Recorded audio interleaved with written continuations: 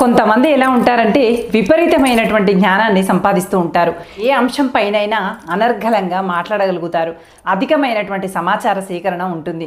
కానీ ఎంత జ్ఞానాన్ని సంపాదించినా, ఎంత సమాచార సేకరణ మన దగ్గర ఉన్నప్పటికీ కూడా మన దగ్గర ఉన్నటువంటి అజ్ఞానాన్ని, అహంకారాన్ని కనుక వదిలిపెట్టకపోతే ఎంత జ్ఞానం సంపాదించినా, ఎంత సమాచారాన్ని సేకరించినప్పటికీ కూడా నీ లోపల ఎదుగుదల అనేది మొదలవ్వదు.